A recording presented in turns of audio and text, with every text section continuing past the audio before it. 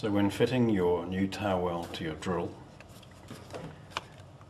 align the drill so that the chuck goes fully into, the drive shaft goes fully into the chuck, and then pull the drill sleeve firmly onto the torque area of the drill.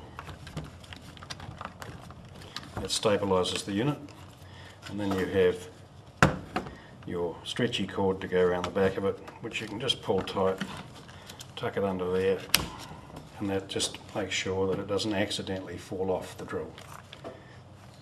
Make sure the chuck's tight, and then the unit's good to go. Of course, lubricate it before using it for the first time, and that involves putting oil around the cutters and giving them a short run to make sure that the oil is evenly dispersed. If you want to remove the cutters and service the tailwell too, you remove all of the 6 screws around the chassis, and then you can separate the unit. And the easiest way to do that is to press down on the top case, push it away from the bottom case, and that allows the cutters to be exposed and the drive mechanism to be fully exposed. And you can see the layout of it. We have the rotator block and the rotator arm, and that's how the operation works. So now the cutters can be separated, and you can ensure that there's no hair caught round inside the cutters, because any hair caught between them is likely to keep the cutters apart and affect the cutting performance. Please note that on the inner cutter there is a line which indicates that particular hole, which is, these holes are slightly offset, and so it only fits into the chassis one way. You rotate it, it drops down. Anywhere else it won't seat properly. That's very important. When putting the cutters back in, drop it back on the top, make sure that the rotator bearing, which is the red bearing, has the word top at the top like that, and that the rotator arm is to the left of the drive shaft. And that's to ensure that it operates in the correct manner. Then you just refit top case,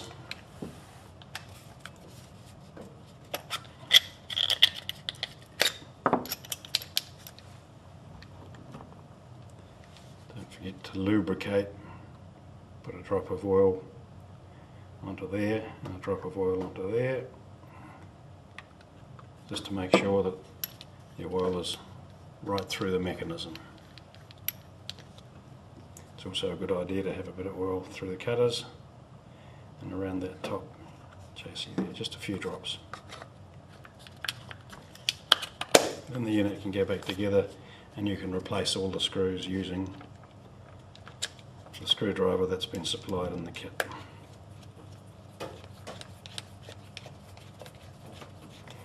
When doing these screws up, do not over tighten them.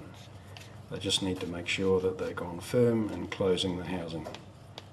So if you over tighten them, you run the risk of stripping the threads, and it's not necessary. The design of the housing ensures that there's tremendous strength with all 6 screws in there holding it together. Now, having assembled it and refitted it to your drill, you can adjust the cutter tension with these adjusting screws on the rear of the housing. So you'll do them up as tight as you can by finger against the back of the housing, and just give it a short run, and then just make sure they've gone bedded properly, and then just back them off just the tiniest amount, just a fraction of a turn, no more than moving it about 1 millimetre. And that will end up giving a unit that runs nice and smoothly, and you can simply test it using some hair from a tail to see how well it fits.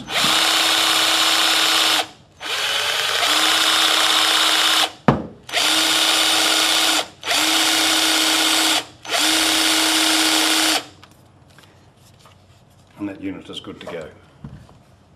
Of course, before you use it, ensure that you put oil around the cutters and use it every 30 or 40 tails, depending on the conditions, to ensure long life of your unit. If the cutting performance of your Tailwell starts to drop off a little bit, it could be that the blades are becoming a little dull. The teeth themselves are that hard that you cannot file them readily, so the best way to do it is using from your kit is using a little bit of this grinding paste. The paste is squeezed onto the blade, just a small amount. You spread it around and it just helps to hone and clean the face up. And then just working it backwards and forwards in the same zone as the blade operates. So you can go right round, but just working it backwards and forwards just will restore the peak performance of the cutters. This is done a few times for a few minutes, and you'll find that the cutting performance will be restored. Be very careful to ensure that the paste is wiped off the blade and there's nothing left. Wash them if necessary, and then carefully lubricate them before you reassemble it.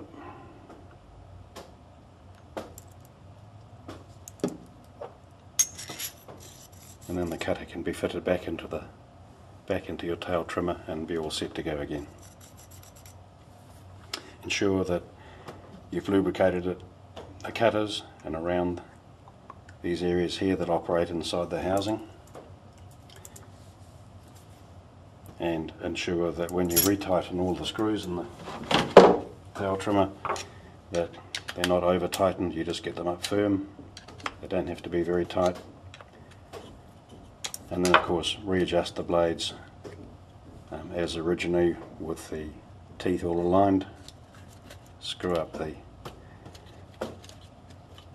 adjusters until they're firmly against the back of the blade. Check them to make sure you're getting even pressure, and then just back it off a little bit in each case, just a fraction, and the blades should be readily turned.